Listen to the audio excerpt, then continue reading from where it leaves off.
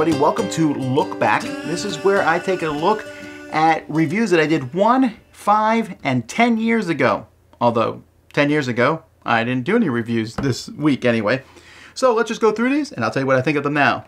So 1 year ago I reviewed Snatch, which is kind of a form of spoons.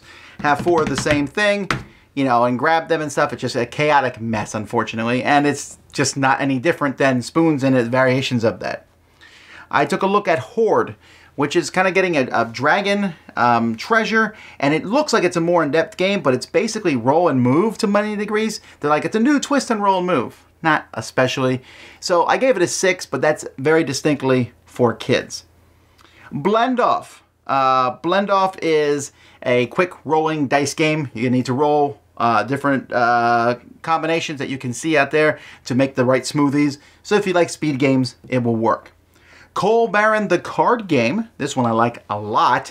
It's very similar to Coal Baron the board game.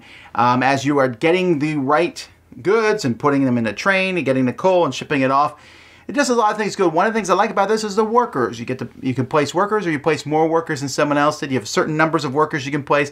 I like that concept a lot, and it worked really well. And then I took a look at Marvel Dice Masters Defenders. This is a solid team pack. Obviously, the Dice Masters are always looking what's popular, and the Defenders TV show was out last year, so there's that. But that's what I took a look at a year ago. Now, 5 years ago, Melody and I took a look at one of the worst games ever made, and that is Hireling The Ascent. This is essentially just a roll and move game where you run up throughout a dungeon and a fireball chases you from a dragon at some point and kills you. This game is just awful, terrible. It probably should be a 1, frankly.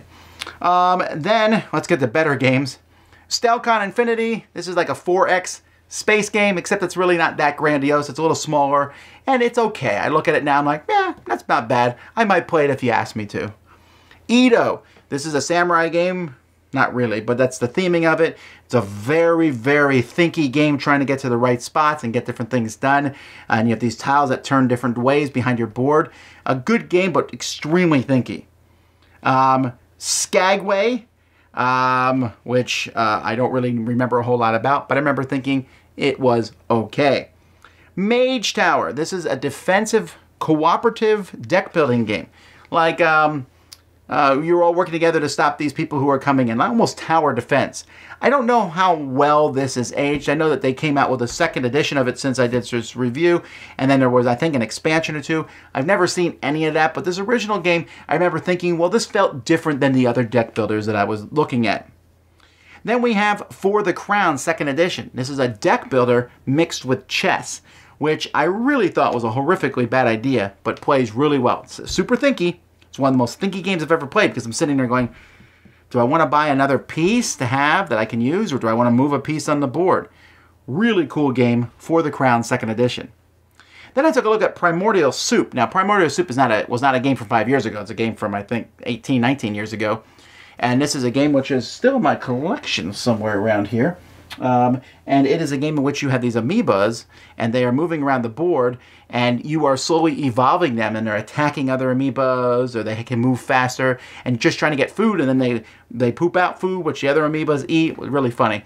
I also took a look at the expansion to that, Freshly Spiced, which really kind of adds more stuff to it. Yeah, I almost wouldn't play it without Freshly Spiced. And that's it for the reviews that I did a year and 5 years ago. Until next time, I'm Tom Vasel. This has been Look Back on the Dice Center.